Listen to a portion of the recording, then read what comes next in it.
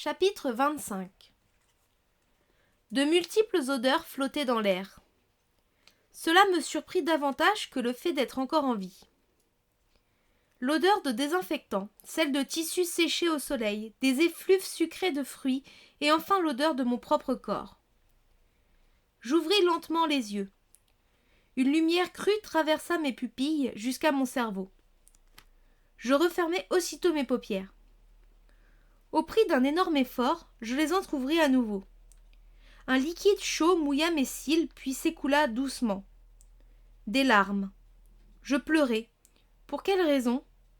Soudain, je ressentis au fond de mon cœur la résonance violente d'un profond sentiment de perte.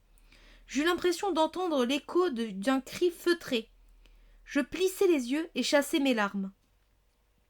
Je reposai sur quelque chose de moelleux. Au-dessus de moi, je distinguai un plafond composé de carreaux, dont certains diffusaient une lumière douce.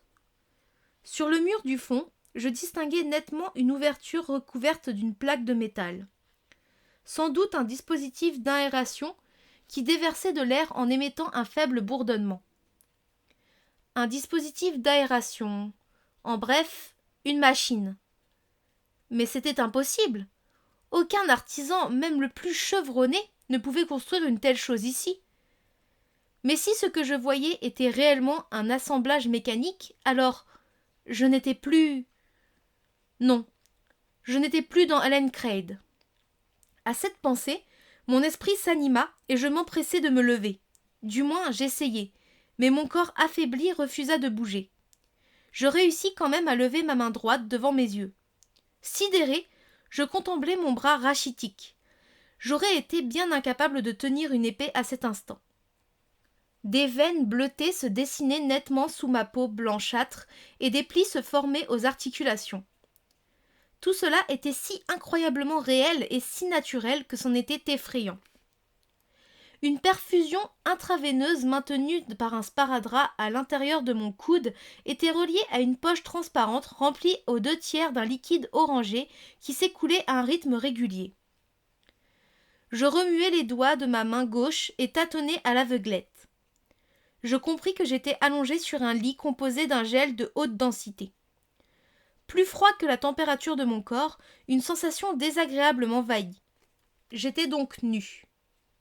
Un souvenir me revint en mémoire. J'avais déjà entendu parler de ce genre de lit aux actualités. Ils avaient été élaborés pour des patients grabataires afin de prévenir les inflammations cutanées et faciliter la désinfection des déchets de l'organisme. J'examinai soigneusement l'endroit où je me trouvais. C'était une petite pièce blanche du sol au plafond. Une lumière ambrée émanait d'une grande fenêtre au store baissé, probablement les rayons de soleil filtrés par le tissu. À gauche, au bout de mon lit, se trouvait un chariot en métal sur lequel était posé un panier en osier rempli de fleurs aux couleurs pastel. Derrière le chariot, je pouvais distinguer une porte fermée. Fort de ces renseignements, j'en déduisis que je me trouvais dans une chambre d'hôpital. Je levai de nouveau ma main et joignis mon pouce et mon index par un geste tant de fois effectué. Rien ne se passa, aucun tintement ne résonna, aucune fenêtre n'apparut. Je recommençai avec plus de vigueur, mais sans résultat. Je n'étais plus dans SAO, mais cela ne signifiait aucunement que je ne me trouvais pas dans un autre monde virtuel. Pourtant, toutes les informations sensorielles reçues me prévenaient clairement d'une autre possibilité. J'étais revenu dans le monde réel, celui que j'avais quitté 2 ans auparavant et que je n'espérais plus jamais revoir. Le monde réel. Je mis du temps à comprendre le sens de ces mots. Pour moi, la seule réalité jusqu'à présent avait été celle des combats à l'épée. J'avais du mal à réaliser que plus jamais je n'évoluerais dans l'autre monde. J'étais rentré, mais je ne ressentais aucune joie, tout juste un peu de perplexité et une certaine tristesse. Était-ce donc la récompense évoquée par Kayaba pour avoir terminé le jeu ? J'avais trouvé la mort dans ce monde et mon corps s'était désintégré. Je l'avais même accepté avec satisfaction. Oui, ça m'aurait convenu de disparaître dans cette lumière, de me décomposer, de m'évaporer avec elle. Ah ! Le cri que je poussai inconsciemment provoqua une douleur intense au fond de ma gorge. Mais je ne prêtai pas attention. J'ouvris grand les yeux et prononçai le seul nom qui me venait à l'esprit. Asuna. Asuna. Une douleur fulgurante traversa mon cœur. Asuna, ma femme, celle que j'aimais, celle qui avait assisté avec moi à la fin d'un monde. Était-ce une hallucination? Était-ce un rêve, ce beau visage que j'avais contemplé dans ce monde virtuel? Tout à coup, le doute m'assaillit. Mais non, elle existait vraiment. Je ne pouvais croire que le temps que nous avions passé à rire, à pleurer ou à dormir ensemble n'ait été que chimère.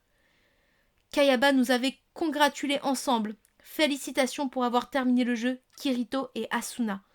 Il avait bien prononcé le nom d'Asuna. Si je faisais partie des survivants, alors elle aussi.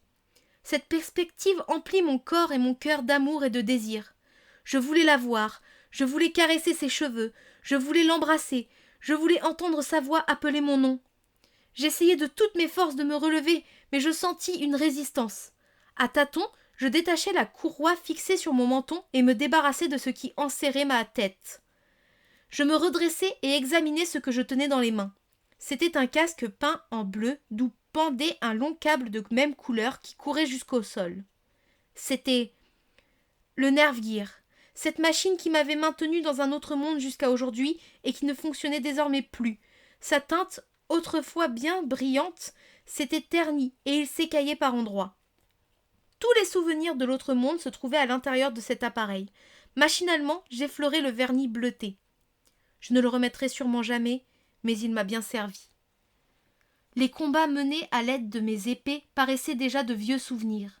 Maintenant, je devais rester et vivre dans ce monde. Je perçus des sons au loin. En tendant l'oreille, j'entendis des gens parler et crier. Je discernai des bruits, de pas pressés et des cliquetis de roues. Je ne savais pas si Asuna se trouvait dans cet hôpital. Les joueurs de SAO venaient de tout le Japon et la probabilité qu'elle soit ici était faible. Mais je devais commencer mes recherches par là. Peu importait le temps que cela prendrait, je la retrouverai. J'écartai la fine couverture, découvrant mon corps maigre relié à de nombreux câbles eux-mêmes raccordés à des électrodes appliquées sur ma peau. Je les ôtai une à une avec difficulté. Des LED oranges clignotèrent sur l'écran au pied de mon lit et une alarme stridente se mit à sonner. Sans en tenir compte, je me débarrassai de ma perfusion et posai les pieds par terre. Les jambes flageolantes, je me redressai progressivement. Je souris intérieurement en constatant que je ne possédais vraiment plus les éblouissants paramètres musculaires dont je jouissais dans l'autre monde. Je m'agrippai à la potence de perfusion et apercevant la blouse de consultation pliée sur le plateau bas du chariot, je l'attrapai et la revêtis. Ma respiration s'accéléra.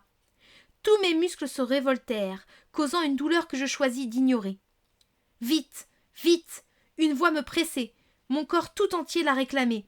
Asuna. Je n'avais qu'un but, la serrer dans mes bras encore une fois. Tant que cette bataille-là ne serait pas achevée, je continuerai d'avancer. J'empoignai la poterne comme si elle était mon épée. J'y appuyai mon corps et fis mon premier pas en direction de la porte.